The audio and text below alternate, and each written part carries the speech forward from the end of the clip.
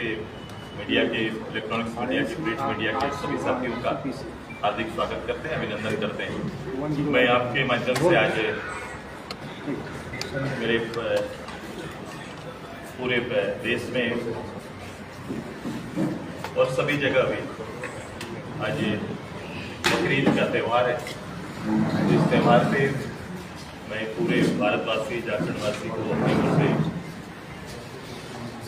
इस त्यौहार के अवसर पर बधाई देते हैं। मैं आज पार्टी मुख्यालय में संगठन के जो कल के पार्टी के प्रमुख पदाधिकारियों का सभी प्रमुख इकाइयों के द्वारा कल आहूत बैठक के बाद प्रदेश के आने वाले समय जो राज्य का 5 साल के बाद जो राज्य का चुनावी वर्ष का जो हमारा ये पूरा रहा, जिसमें अभी से लेकर दिसंबर तक का पूरा समय हम लोग वर्ष के रूप में ही चिन्हित किए थे। तो इस विधानसभा चुनाव होना है, उसी को लेकर पार्टी ने अपना मूल्यांकन करते हुए इस राज्य को समर्पित एक दल, एक नेतृत्व,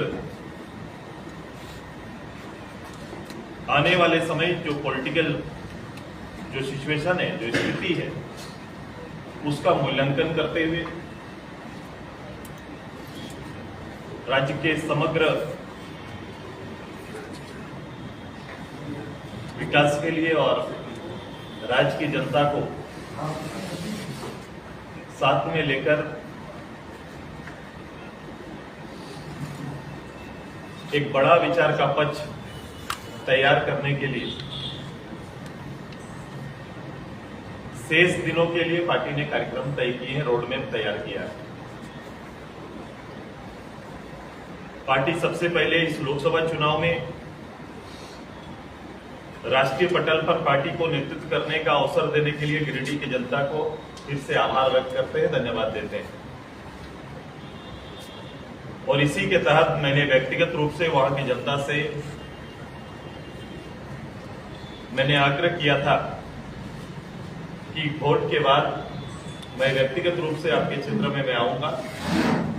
तो ये आभार केवल मुख्यालय से नहीं बल्कि सरजमीन पर उतरकर आभार देने का निश्चय किया है। और 18, 19 और 20 18 तारीख मैं पेटरवार में गोमिया विधानसभा के लिए के लोगों को आभार देने के लिए मैं वहां रहूंगा। बेरमो में भी 18 तारीख को ही मेरा कार्यक्रम है, आभार यात्रा वहीं पर है। 19 को टूंडी और बागमारा में और 20 को डुमरी और गिरिडीह में मैं लगातार 3 दिन उस क्षेत्र के लोगों के साथ, वहां के जनता के साथ, वहां के आवाम को आभार देने के लिए उस क्षेत्र में मैं उपस्थित रहूंगा। मैं खुद उस कार्यक्रम का हिस्सा रहूंगा।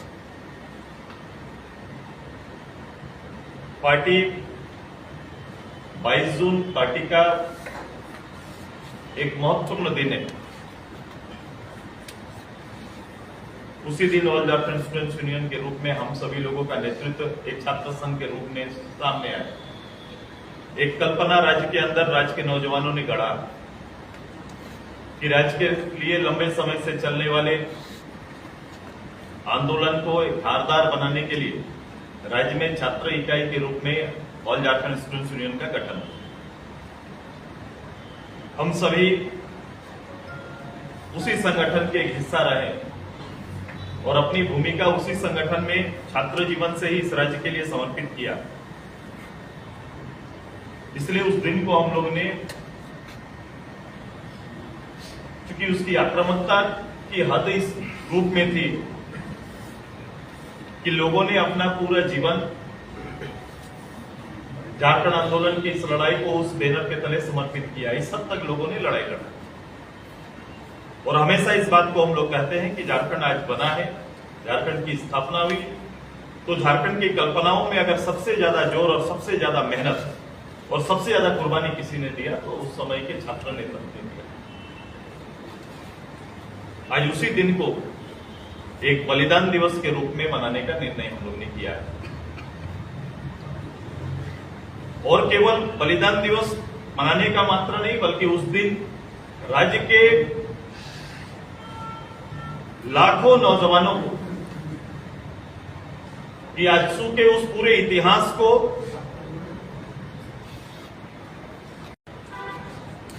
कई राजनीतिक मंच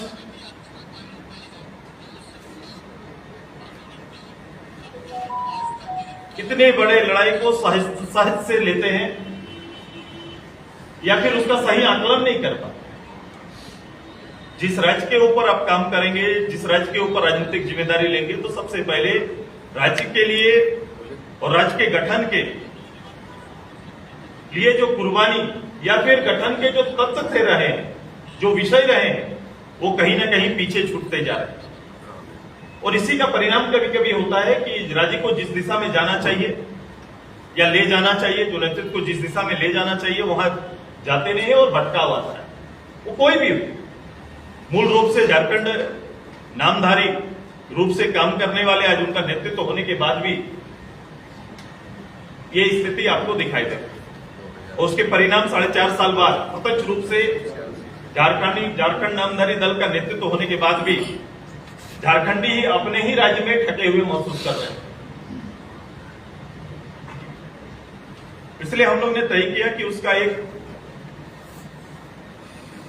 वीडियो हर विधानसभा में हजारों नौजवान के बीच में रखा जाए और उस इतिहास को परोसने का काम करें, ताकि उसके जहन में जब वो सार्वजनिक जीवन में पदार्पण करेंगे या ना भी करें तो झारखंडी होने के नाते ये झारखंड गठन की वेदना और उसके पीछे की कल्पना उसके जहन में होना चाहिए। और जैसे जैसे ये कमजोर पड़ेगा, झारखंड की वास्तविक स्वरूप से भटकते जाएगा। इसलिए उस भटकाव को रोकने के लिए और झारखंड को उसके वास्तविक स्वरूप पर स्थापित करने के लिए ये बहुत आवश्यक है कि नए पीढ़ी को इस झारखंड गठन के उद्देश्य के आसपास रखना या उनकी मानसिकता में ये विषय भरा रहना चाहिए। ये काम और इस दायित्व का निर्वहन हमारा संगठन करेगा। और ये 22 तारीख को इसीलिए हम सभी लोगों ने हर विधानसभा 81 विधानसभा में कार्यक्रम करके उस क्षेत्र के युवाओं के बीच में झारखंड के इतिहास को वीडियो चित्रण के द्वारा उनके सामने रखने का निर्णय लिया। पार्टी 26 जून से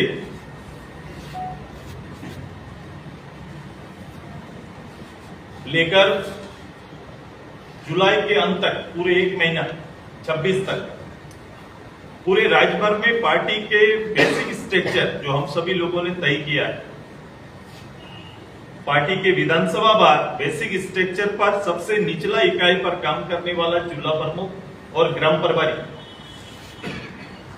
का संयुक्त शपथ ग्रहण समारोह हर विधानसभा बार करने का निर्णय लिया। ये क्रमबद्ध रूप से होगा। जहां ये काम पूर्ण हो गया वहां मैं व्यक्तिगत रूप से जाऊंगा, उन्हें अपने पद और उनके दायित्व का और उस संदर्भ में अपने विचार हम रखेंगे।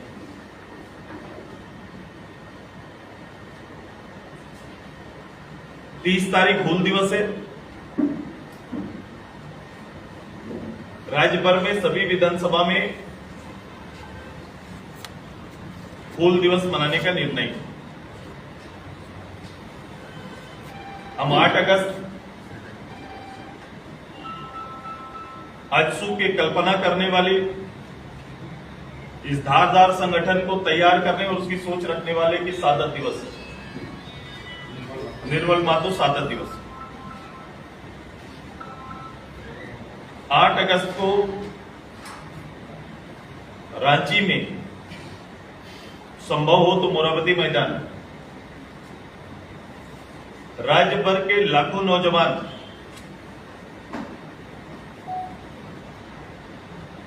जिन्हें झारखंड के विचारों से ओतप्रोत झारखंड के गठन के उद्देश्य को अपने जहन में लेकर एक साथ एक मंच में शामिल होंगे और राज्य के लिए और हमारे लिए वो संकल्प दिवस है और राज्य के 2024 मिशन का संकल्प लेंगे।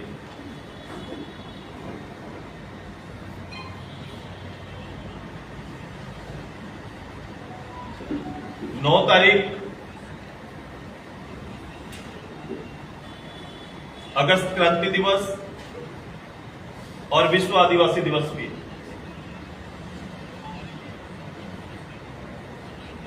इस राज्य से इस दिन का महत्व राज्य में काफी जनजातीय और ऐसे वर्ग जो आदिकाल से इस क्षेत्र में वास कर रहे हैं, निवास कर रहे हैं, सभी लोग मिलकर राज्य के सभी विधानसभा इकाई में आदिवासी अखाड़ा कार्यक्रम आहूत किया जाएगा।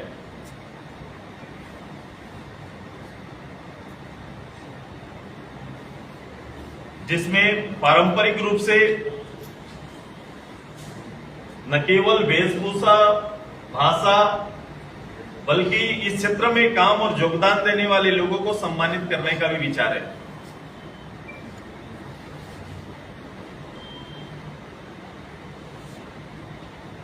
ताकि वो प्रेरित होकर इस क्षेत्र में और बेहतर काम कर सके और अपने भाषा संस्कृति को अक्षुण्ण रखने का जो हमारा प्रण है उसको बल मिले।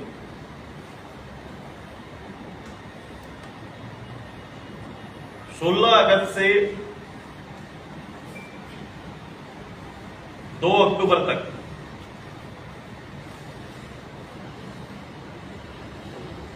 राज्य के सभी विधानसभाओं पर पदयात्रा हमारा होगा। लगातार ये पदयात्रा 16 अगस्त से लेकर 2 अक्टूबर तक पदयात्रा पूरे राज्य पर।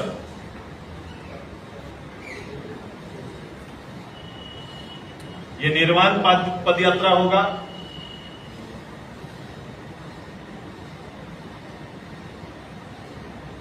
और एक विषय जो 22 जून के लिए है कि 22 जून को हर विधानसभा में जहां युवाओं को राज्य और बलिदान दिवस के रूप में मनाने का हम लोग निर्णय लिए हैं, उसी दिन हर विधानसभा क्षेत्र में कम से कम 100 पौधों का रोपण करेंगे, वृक्षों का लगाने का काम करेंगे, माने पौधों का रोपण करेंगे। जहां ज्यादा हो सकता है वो करेंगे, लेकिन कम से कम 100 नए वृक्षारोपण का कार्यक्रम का शुभारंभ भी यहाँ के नौजवान करेंगे। पार्टी ने पूरा अभी से लेकर अक्टूबर तक का 2024 मिशन को सामने रखते हुए पूरा रोड मैप तैयार कर लिया है। अब राज्य के जो मनोदशा है उसके बीच अपने विचारों को लेकर जाने की तैयारी हमारी है और हम इसमें चूकना नहीं चाहते, क्योंकि किसी को संभालने में जितना वक्त चाहिए वो वक्त एक सीमा से ज्यादा हो गया है। जितने भी प्रयोग, राजनीतिक चिंतन मंथन और प्रयोग होने हैं, वो प्रयोग का दौर भी एक बेसिक मूल्यांकन करने का जो समय है उससे ज्यादा और ऊपर और आगे निकल गया है। इस राज्य को अपने मूल्यों पर और इस राज्य को अपनी क्षमता पर आगे बढ़ना पड़ेगा। उसके लिए शुद्ध रूप से इस राज्य के राजनीतिक दायित्वों का बेहतर रूप से निर्वहन ये हमारा कर्तव्य है और इस कर्तव्य पर हम सभी लोग आगे बढ़ेंगे। यही पूरा रोडमैप है जिसके ऊपर पार्टी ने निर्णय लिया है और पार्टी अपनी गतिविधि को तेज करने का काम करेगी।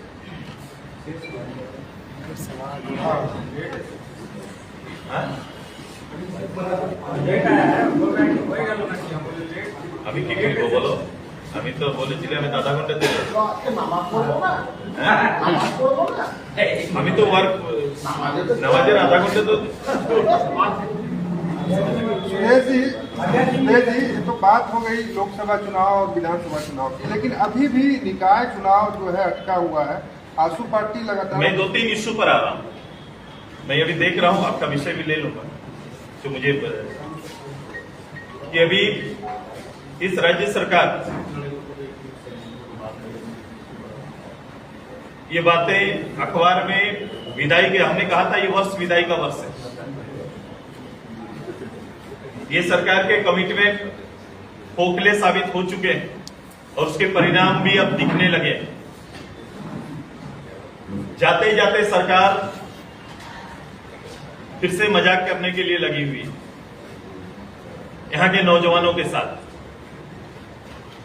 जो सरकार नीति बनाने के लिए, जो सरकार नियोजन के लिए, जो सरकार विस्थापन के लिए यहां पर आए,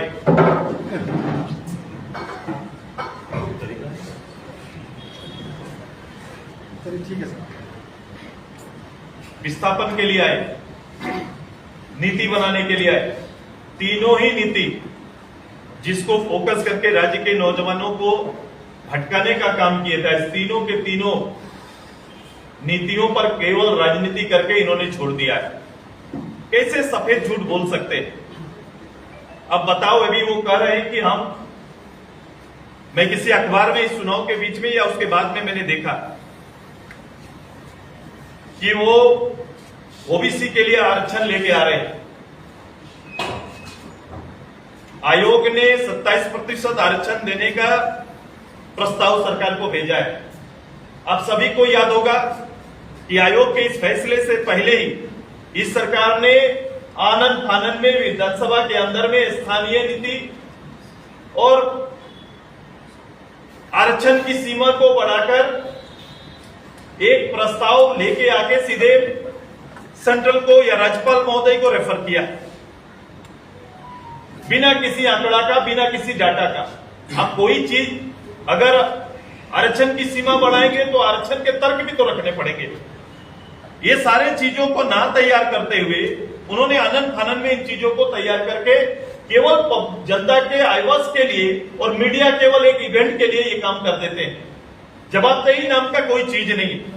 अब फिर से उसके प्रस्ताव को लेके आने के बातें चर्चा चल रही है, उनके प्रस्ताव आने के बाद बोल रहे हैं कि हम इस आरक्षण को देंगे। मैं कहता हूं कि जब सीमा, जिस समय 50% की सीमा आवश्यकता थी कि इससे ऊपर आप कोई आरक्षण दे नहीं सकते, वो बाधा अब समाप्त हो चुका है। इसीलिए तो 10%, 50 से ऊपर 10% अति गरीब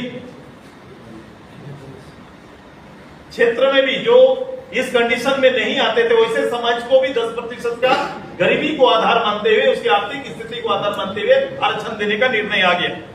जब यह सीमा टूट गया तब अब 27% की बात कहां आती है? मैं तो कहता हूं कि चूंकि उनके नेता देश भर में इस पूरे लोकसभा चुनाव में ये कहते हुए गए कि भाई हमारी सरकार आएगी, जातीय जनगणना कराएंगे। मैं कह रहा हूं यहां सरकार आपकी है, अब आप सरकार यहां है, आपने जातीय जनगणना की बातें तो जरूर की, लेकिन निर्णय लेने से कौन रोका है? मैंने कहा था कि जिस दिन आप ये लेके आएंगे हम पक्ष और विपक्ष नहीं देखते हैं, जैसा आपने देखा होगा। जिस दिन भी ये प्रस्ताव हाउस में आया था उस दिन सुदेश महतो पक्ष और विपक्ष नहीं देखा, बल्कि समाज के हित में, राज्य के हित में, चाहे साधना कोर्ट का मामला हो, चाहे आरक्षण का मामला हो, जो भी विषय ये लेके आए हम लोग खड़े रहे, लेकिन इस तर्क के साथ कि ये केवल गुमराह करने का प्रस्ताव है। ये सबसे पहले इस राज्य के अंदर पहले जातीय जनगणना कराए और जनगणना के आधार पर जिसकी जितनी आबादी उतना आरक्षण सुनिश्चित करे। अगर ये नहीं करते हैं तो फिर से बैकवर्ड के साथ अन्याय होगा। इस राज्य के अंदर हमने कहा था 11 मंत्रिमंडल है, एक मंत्रिमंडल खाली है। भाई शेड्यूल कास्ट का मंत्री पूरे कैबिनेट में नहीं है, एक पद खाली है, पता नहीं क्या बैर है शेड्यूल कास्ट से इनका, उसके प्रतिनिधि को कैबिनेट में देखना नहीं चाहते। अभी विस्तारीकरण की बात चल रही है, क्या ये एनडीए या अपना जो यूपीए गठबंधन या फिर इंडी गठबंधन क्या ये सुनिश्चित करेगा कि अगर ये जो रिक्त पद है जिसको भरेंगे वहां ऐसी कम्युनिटी का कोई जगह या प्रतिनिधित्व तो आएगा क्या? उसी तरह से आपका भी सवाल है कि जिसको हम लोग ने चैलेंज किया, हम लोग ने चुनौती दी। मैं ओबीसी की जिस विषय की बात कर रहा हूं, यहां से लेकर सुप्रीम कोर्ट तक हम लोग गए कि इस राज्य में जैसे पंचायत का चुनाव और पंचायत में मिलने वाले ओबीसी के आरक्षण को इन लोगों ने समाप्त कर दिया। 10,000 पद हम लोग ने आरक्षित रखा था, पहली बार पंचायत के अंदर में भी उनको अनारक्षित करके चुनाव करा दिया। 10,000 लोग उससे वंचित रह गए।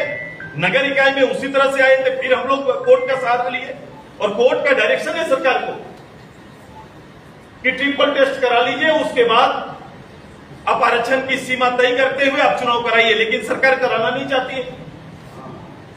ये सरकारी पदाधिकारियों के माध्यम से जनता से नेतृत्व होने वाले नगर इकाई को संचालन कर रहे हैं, क्योंकि इनका काम लीडरशिप को ग्रोथ करना नहीं या फिर सामाजिक रूप से उनको नेतृत्व देना नहीं, बल्कि बेदखल करने का आचरण रहा है। उसी आचरण को आगे बढ़ा रहे।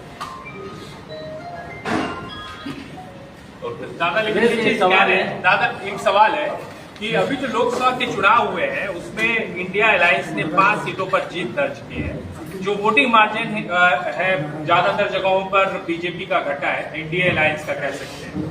तो आप जो तमाम मुद्दे उठा रहे हैं उस पर तो जनता ने एक तरह से वर्डिक्ट दे ही दिया। ये 4 महीने में ऐसा क्या चमत्कार हो जाएगा? जनता का तो मुख दिख रहा है। आपको रिजर्व सीटों का भी है, रिजर्व ज्यादातर रिजर्व सीट उनके खाते में चले गए। आपको इसके पहले के भी रिकॉर्ड्स, पार्लियामेंट और असेंबली के रिकॉर्ड्स को थोड़ा अलग अलग करके देखना पड़ेगा। आप चले जाओ, पीछे चले जाओ और उसके परिणाम को देखो। कभी कभी लोकसभा के परिणाम कुछ और होते हैं, क्योंकि लोकसभा में मतदान करने में लोग हमेशा, और मैं हमेशा कहता था इस पूरे चुनाव में, ये राष्ट्रीय पर्व है और देश का नेता का चयन है, तो इसके स्तर को उस रूप से सोचना चाहिए, उस रूप से मतदान होना चाहिए। होता भी रहा है। राज्य के अंदर पार्लियामेंट में जो बहुमत आया है, पहले भी आया है, वो पूरा फिर असेंबली में उसी रूप से आएगा, ये कहना गलत है। और इसके रिकॉर्ड्स निकाल के देखो, ऐसा ही हुआ है। जब भी आप जितना छोटा चुनाव में जाएंगे, वो चुनाव उस स्तर के निर्णय के आधार पर होगा। हम असेंबली में जाएंगे तो असेंबली के दायित्व और उसके क्षेत्र आधार पर होगा। हम पंचायत में जाएंगे, पंचायत के दायित्व और क्षेत्र के आधार पर होना भी चाहिए, ऐसे ही चुनाव होना चाहिए। और ये आपको फर्क नजर आएगा। हम राज्य के देखने की दृष्टि और देश के देखने की दृष्टि, हर लोग, हर जनमानस और मतदाताओं में अलग अलग है। दादा 2024 की लड़ाई की आपने कमर कस दिया, लोगों के बीच पदयात्रा भी करेंगे, हर विधानसभा में करेंगे, लेकिन कितने सीटों पे आजसू का फोकस होगा? कितने सीटों पे आपके जो वोटर? मेरे जद में पूरा प्रदेश है। मैं सीट आधार पर, ये तो एक गठबंधन का एक विषय रहेगा, गठबंधन होगा, लेकिन मेरा दायित्व तो किसी सीट विशेष पर नेतृत्व करना नहीं है। मैं राज्य का नेतृत्व करता हूं और मेरे राज्य पूरे दायित्व के क्षेत्र में है। मेरा दायित्व बनता है कि राज्य के अंदर में इस राज्य के वसूल, इस राज्य के विषय और इस राज्य की आवश्यकता का नेतृत्व करें। ये एक राजनेता होने के नाते मेरा दायित्व है और उसको हम पूरा करेंगे। दादा एक सवाल है, कांग्रेस जेएमएम ने अपने वोट बैंक बांट लिए कि कांग्रेस मुस्लिमों की राजनीति करती, उन्होंने वो जो मीर साहब है उन्होंने इस बात का जिक्र नहीं किया, लेकिन एनडीए में अब तक वो उस पर कोई पहल नहीं दिख तुष्टीकरण की राजनीति पर हम लोग चर्चा करते रहे। इससे किसी समाज का बरकत नहीं होगा, नुकसान ही होता है। और इस नुकसान से बाहर निकालने की अपील हमारी रहती है और कहीं कहीं पर उस अपील पर हम लोग सफल रहे हैं। और अगर ये नहीं कर पाए तो मेरा राजनीतिक लड़ाई अधूरा रह जाएगा। भाजपा राजू की जो कोर वोट बैंक है वो भी नाराज है, वो भी अलग चल रहे हैं, तो ऐसे में कैसे अब आपका आकलन गलत है। जब वो लोकसभा चुनाव में वो देखे रिजल्ट परिणाम, ये केवल उसका परिणाम नहीं है। मैंने कहा कि जिस लेवल के चुनाव को अगर उस लेवल में रहने देते तो ये फर्क नहीं दिखता। जब उस लेवल को नीचे लेके आइएगा तो कहीं कहीं उसका फर्क दिखाई देगा। हमारी तैयारी है कि लोगों को और आम लोगों को अपने देने वाले चुनाव और मत और उसके अधिकार क्षेत्र पर भी विश्लेषण और विचार रखने का हम लोग कार्यक्रम का हिस्सा रहेंगे। दादा ये मानते हैं कि एनडीए की चूक हुई लोकसभा चुनाव की तैयारी में, लड़ाई लड़ने में? देखो ओवरऑल ये चलता है। आप अगर लगातार सत्ता में है, 15 साल से सत्ता में रहेंगे तो ये एक समय ऐसा आता है कि कहीं कहीं पर मंथन चूक नहीं हो सकती। ऐसा कैसे हो सकता है? मंथन करेंगे, लड़ाई लड़ी जाती है एक बड़े प्लेटफॉर्म में, लोगों की तैयारी रहती है। और कभी कभी कोई विषय को लेकर जिसको आप मान लो, आप देखो विपक्ष का आक्रमण क्या रहा है, विपक्ष ने डेवलपमेंट को चुनौती का हिस्सा नहीं बनाया। विपक्ष ने क्या ऐसे विषय को उठा के लाए कि ये जब आ जाएंगे ना तो संविधान बदल जाएगा। चर्चा किस बात कर रहा? संविधान बदल जाएगा, आरक्षण खत्म हो जाएगा। बोलो यही सरकार, यही नेतृत्व 10 साल से देश के अंदर में कभी भी इस विषय पर, इस एपिसोड पर कोई बात और चर्चा चला क्या? जिनके हाथ में नेतृत्व है और जिसने 10 साल चलाए और आगे भी जो चलाएंगे 5 साल, उन्होंने स्पष्ट रूप से इसी धरती पर आकर खड़ा होकर कहे कि मेरी सांसें जब तक चलेगी इस संविधान पर कोई हाथ नहीं लगा सकता है। इससे बड़ा और क्या हो सकता है? नैरेटिव सेट करने में आप थोड़ा आगे निकल गए। जी गाँव में एक बात है ये को देखने को मिला कि जो आदिवासी मतदान वो आपसे जुड़ गया है। बीजेपी अगर हारी है चुनाव जो आदिवासी वहाँ भी आपसे कुछ हुई होगी तभी आदिवासी मतदाता आपको जीत गए। ये क्या कारण आप लोग मानते हैं? क्योंकि आपके पास भी जो आदिवासी लीडरशिप वो नहीं है, वहाँ भी कमजोर कड़ी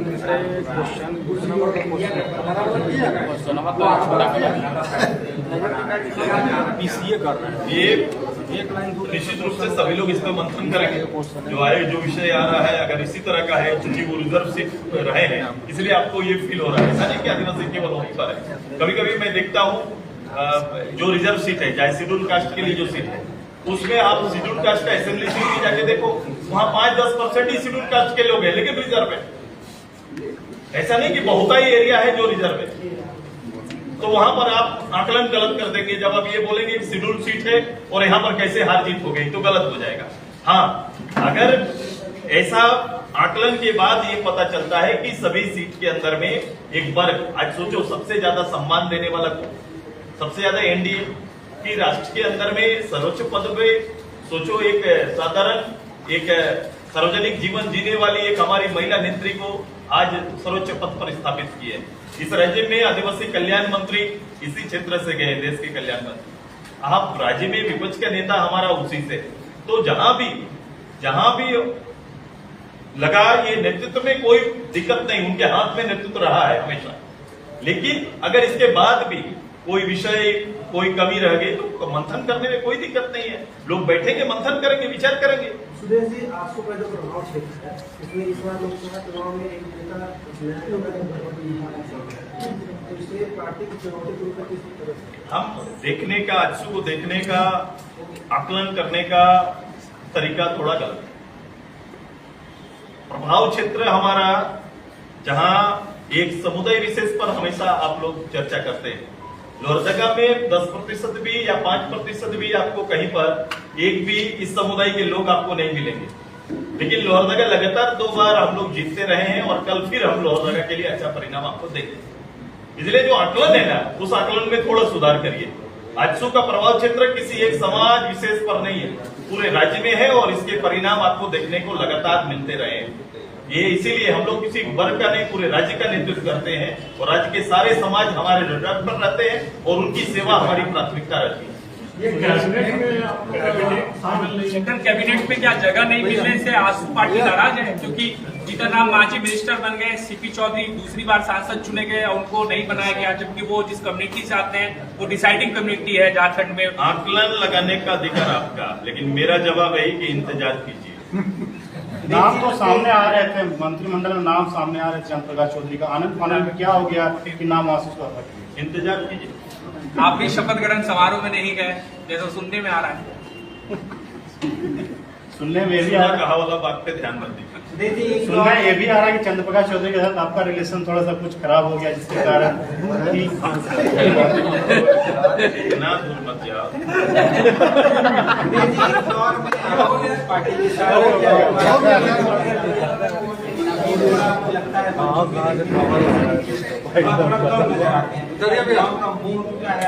नहीं, हमारा प्लेटफॉर्म एक राजनीतिक दल के रूप में पार्टी बन गई है और जब राजनीतिक दल के रूप में जब पार्टी स्थापित हो गई प्रदेश में, तो आपको सभी उम्र के लोग पार्टी में दिखाई देंगे और तब जाके पार्टी बनती है। पार्टी अनुभव को ज्यादा तजुर्बा देती है और युद्ध उसका सबसे बड़ा सहारा और सबसे बड़ा ताकत है। आज भी है, कल भी रहेगा।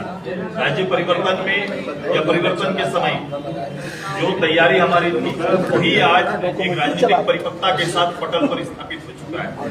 इसलिए कोई अंतर नहीं पड़ा है। हमारा छात्र इकाई, हमारा युवा, हमने महाधिवेशन में युवा प्लेटफॉर्म तैयार करने का निर्णय लिया।